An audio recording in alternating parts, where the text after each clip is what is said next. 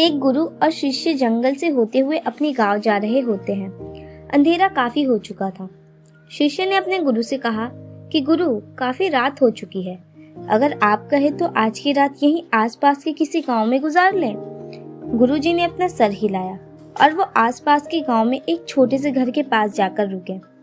जैसे ही वहां गए तो गुरुजी के शिष्य ने दरवाजा ठकठकाया। उस घर से एक गरीब आदमी बाहर आया तो गुरुजी ने बोला, हम अपने गांव जा रहे थे, लेकिन काफी रात होने की वजह से हमने इसी गांव में रुकने का सोचा। क्या हम आज रात आपके यहाँ रुक सकते हैं? गरीब आदमी बोला, हाँ क्यों नहीं, आप दोनों अंदर आ जाइए। अब जैसे ही गुरुजी अंदर गए, उन्होंने देखा कि उस आदमी के घर बहुत ही ज्यादा गरीबी थी। गुरुजी ने उससे पूछा कि आप काम क्या करते हो? वह गरीब आदमी बोला कि मेरे पास बहुत सारी जमीन है। तो गुरुजी ने बोला, अगर तुम्हारे पास बहुत सारी जमीन है तो इस तरह से क्यों रह रहे हो? वह आदमी बोला, ये किसी काम की नहीं है। गांव वाले बोलते हैं कि ये बंजर जमीन है, यहाँ पर कुछ भी नहीं उगाई जा सकती और वहाँ फसल उगाना बहुत बड़ी बेवकूफ़ी है। गुरुजी ने बोला कि तुम्हारा गुजारा कैसे होता है? उसने बोला कि मेरे पास एक भैंस है जिससे मेरा पूरा घर चलता है।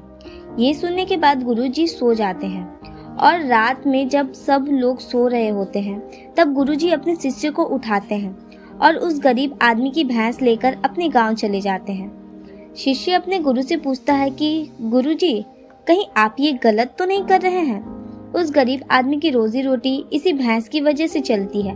तो गुरुजी अपने शिष्य की तरफ देखते हैं और मुस्कुराते हुए आगे बढ़ जाते हैं। उस बात को तकरीबन 10 साल गुजर जाती है और जो गुरु का शिष्य था वह बहुत बड़ा गुरु बन चुका था।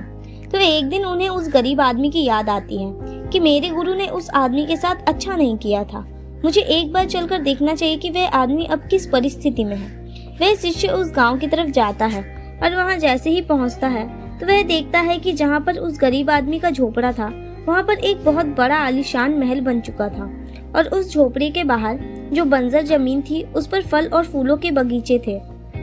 अभी उधर से उस घर का मालिक आता है। शिष्य उसे पहचान लेता है और उस आदमी को बोलता है, तुमने मुझे पहचाना? मैं अपने गुरुजी के साथ आया था, हमने एक रात के लिए आपके यहाँ रुके थे। वह आदमी उसे पहचान लेता है और बोलता है कि उस रात आप कहाँ चले गए थे? उस रात के बाद ही मेरी भैंस कहीं चली गई थी, मेरे पास कोई रास्ता नहीं था, तो मैंने अपनी जमीन पर मेहनत की और फसल निकल आई और आज मैं इस गांव का सबसे बड़ा और सबसे अमीर आदमी बन चुका हूँ। ये सुनने के बाद शिष्य के आंखों में अपने गुरुजी के लिए आंसू आ गए और उसे ये बात अब समझ आई और वो रोने लगा।